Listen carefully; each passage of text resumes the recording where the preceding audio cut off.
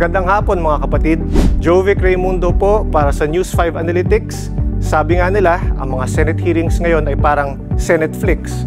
Dito ngayon nakaabang ang sambayanan lalo't lalong leading into this week. Pasabog after pasabog ang mga balita tungkol sa mga ghost flood control projects at sa mga taong sangkot dito. And para bang teleserye episode, di ba? Nag-uumapaw sa mga plot twists ang mga revelasyon ng mga sinusubaybayan nating karakter. Hanggang sa online, non-stop ang mga conversation o usapin ng mga netizens tungkol dito. So let's dive in sa mga usap-usapan across major social media platforms gamit ang social media listening tool na Meltwater. Sinama po namin sa aming social listening analysis ang mga pangalan ng mga tao, lugar, organisasyon at institusyon na nabanggit sa balita at sa online discourse tungkol sa ating ghost flood control projects. Nakagather na po tayo ng mahigit 454,000 mentions from July 1 hanggang 12 noon nitong araw, September 18. Tingnan po natin kung kailan nagsimula. Maalala po natin, July 28, nagkaroon ng pang-apat na SONA si President Bongbong Marcos. He promised stricter inspections at pag-audit ng mga flood control projects. Marami nga namang baha na nangyari nung kaduluhan ng July, 3 sunod-sunod na bagyo yun. So marami pong baha. Ngayon, kita na po natin yung uptick ng ating mentions August 11. Nilaunch ang Sumbong sa Pangulo website.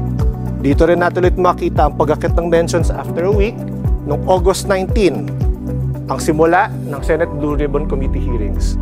Now, na-set up na po natin yung start. Zoom in tayo sa uptrend po na to. Key dates with over 10,000 online mentions, pinili na po namin, makita po talaga natin yung pag-akyat. August 20, nag-deliver po ng privilege speech si Senator Lacson, ang flooded gates of corruption. Dumadami na rin ang mga usapin tungkol sa mga lavish lifestyles or marangyang buhay ng mga nepo babies. Patuloy actually hanggang sa pag-resign ni Secretary Bunoan. September, the plot thickens. Ang mga diskaya humarap na sa Senate Blue Ribbon Committee. Napag-usapan na rin ang mga luxury cars, pati ang ilang mga opisyal o mga contractors na nasa listahan, humarap na rin po sila sa Blue Ribbon Committee. Ito na po yung matinding pag-angat ng mentions, makita po natin sa ibang araw. Kumbaga, ito na ang 3 main episodes na ating teleserye. Punong-puno ng plot twist. September 8, nag-name drop si Curly Discaya sa mga taga-gobyerno na dawit sa corruption sa flood control projects. Sabi nga niya, no senator's name, kaya napag-usapan ang safe ka na, quote ni Senator Marcoleta. Alalahanin din natin si Senator Tito Soto, naging Senate President din sa araw na ito. Yan, mahigit po 30,000 mentions. September 9, akala po natin mataas na yon, pumaas pa dito. May follow-up na pasabog sa House Infracom kung saan naman nag-name drop si District Engineer Bryce Hernandez.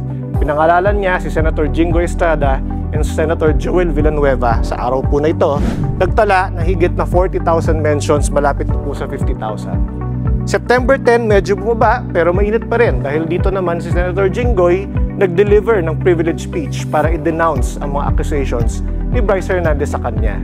Alalahanin din natin, kwestiyon ni Senator Tito Soto ang affidavit ng mga diskaya. Hindi daw kasi nababanggit ang mga proyekto nung panahong nakaraang admin ni former President Rodrigo Duterte. Umiinit pa rin yung mga usapin noong September 11 and 12. Alalahanin natin sila Congressman Kiko Barzaga. Meron siyang mga statements kay Speaker Martin Romualdez. Nagkaroon din po ng mga debate sa Senate plenary kung bakit na-transfer sa custody ng PNP si Bryce Hernandez. And September 12, may reaksyon na naging viral. Pinakita po yung litrato ng limpak-limpak na pera doon sa lamesa na iyon, kung saan sinasabi ni Secretary John Vic Remulla na napamura si President Bongbong Marcos, lintik na mga yan ang quotable quote niya noon. Tingnan na rin po naman natin ang mga top keywords na ginamit ng ating mga netizens. Ito po yung tinatawag na word cloud, kung saan kung gaano kalaki ang salita, ganun din po karami yung mentions. Dito po namin din pwedeng sabihin na ang mga mentions ay yung mga pagbanggit sa mga tao, organisasyon o lugar. Dito sa ating unang word cloud, pinakamalaking salita, Duterte. Nabanggit ko nga po kanina dahil parating napapag-usapan bakit hindi kasama sa affidavit ng mga diskaya yung mga proyekto nila noong nakaraang administrasyong Duterte. Second biggest, Jingoy Estrada, of course. Sunod-sunod na araw, madalas siya nababanggit dahil nga dun sa pag-name drop sa kanya ni Bryce Hernandez and sa kanyang privilege speech. This word cloud to the right, ito naman po yung mga iba-ibang institusyon, no? DPWH, syempre, yan ang isa sa mga pinaka-pinag-uusapan ngayon na organizations or government branches natin. St. Gerard Construction, piliin na lang natin. Syempre, ito po yung contractor company, no, ng mga Diskaya. Next, dito po yung mga sinasabi nating mga often mentioned na hashtags. Malaki po din syempre yung hashtag DPWH, hashtag flood control, hashtag flood control projects, literal. Pero meron din tayo nakita dito, hashtag relentless for change. Kumbaga, ito po yung mga advocacy tungkol sa reform and accountability sa government para ma-improve siya, para magkaroon po tayo ng good governance. Lastly, dito po sa word cloud na to, ang mga lugar. Pinakamalaki ang Bulacan. Maalala natin kanina lang, si Secretary Vince Dizon, parati niyang minimension, parati niyang sinasabi, sa Bulacan ang pinakamaraming ghost projects. And ito rin yung mga pinag-usapan nung nakaraang linggo ng mga district engineer. Doon sa lugar na yan, ang pinakamaraming ghost flood control projects. Check din naman po natin saan nanggagaling ang mga online mentions na to. We prepared a pie chart po para sa inyo. Out of 100%, kitang-kita po na X o ang dating Twitter at ang Facebook ang top 2, 52%, 33%. Kadalasan po kasi mabilis kumalat ng balita sa X at ang paboritong social network ng taong bayan, ang Facebook, para sa pagko-comment at pag-engage sa diskurso. Pero, hinighlight na rin po namin dito, lumalaki na po yung percentage ng Reddit. We can say na ito na nga yung leading online social forum sa mundo, 4.5% na. And pag nakita po natin itong chart, itong table to our right, ito po yung mga top subreddit, yung mga community sa Reddit, no? Ang R Philippine subreddit, 5,800 mentions, R Chika PH, 3,500 mentions. Normally po, ito yung mga ine-expect natin na pag-uusapan ng issue. Pero, interesting din nakita po namin sa aming ranking, ang R Civil Engineers _PH. Ito po ay community kung saan actually tumitimbang na ng mga opinion ng ating mga civil engineer. Minsan, na-describe na rin po ang kanilang mga experience in dealing with DPWH or experiences within DPWH also.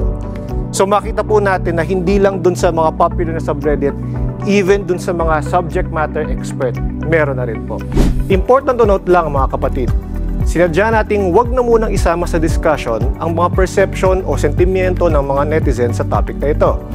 Bagamat we have AI tools katulad ng Meltwater, ang ating social listening source, na tumutulong sa atin para mag-sort at mag-identify, limited pa ang understanding ng mga AI sa ibang lengguwahe gaya ng Tagalog, Cebuano at iba pang mga wika natin.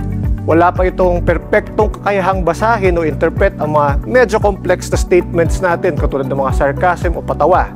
Kaya what we can only report is the magnitude of the issue, kung gaano kalawak ang online conversations tungkol dito. Sa iyo ba, mga kapatid? Anong masasabi ninyo sa isyong ito? Join the conversation by posting your comments dito sa aming video. Please like, subscribe, follow our social media accounts. Hanggang dito muna tayo. Ako po muli si Jovic Raimundo para sa News 5 Analytics. Magandang hapon.